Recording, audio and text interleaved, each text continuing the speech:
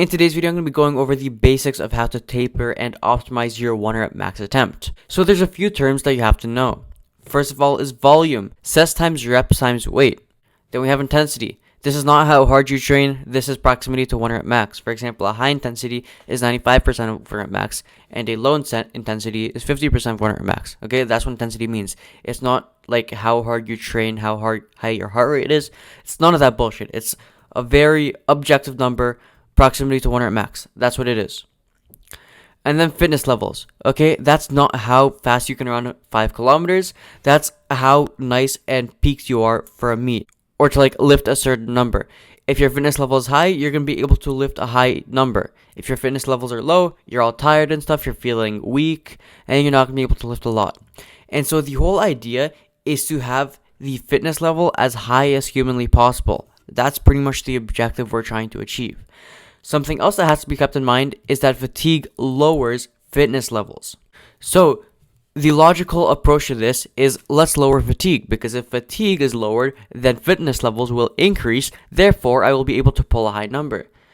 See, this approach makes sense, and we are ultimately going to be trying to reduce fatigue. But the problem with this approach on the simple level is that if you completely eliminate all sorts of fatigue, all sorts of training, then you're just going to get weaker because you're not training.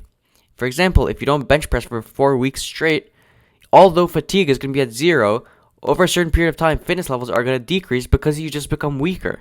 It's also important to maintain good form and practice that. So what is the best way to maintain that strength and continue to be strong and maintain the fitness levels high? So volume causes more fatigue than intensity, okay?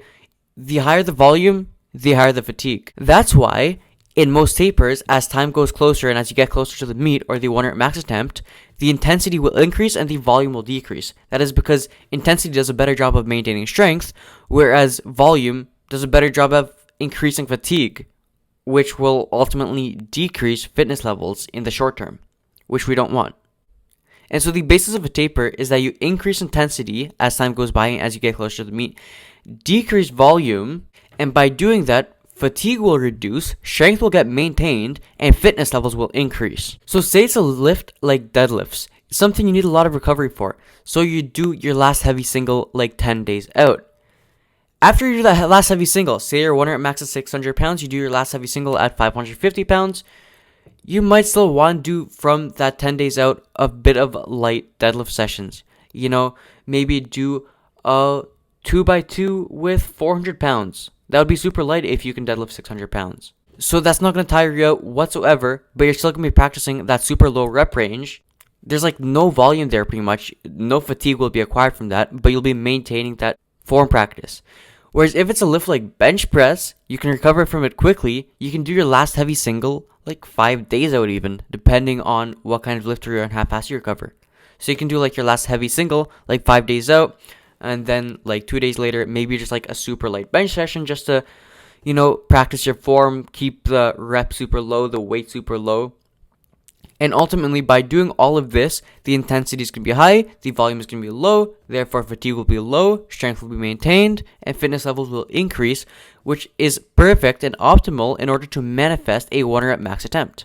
Anyways, guys, that is the end of the video. I really do hope you enjoyed. If you did, make sure to give this video a thumbs up, subscribe if you haven't already, comment for the algo, and see you guys next time.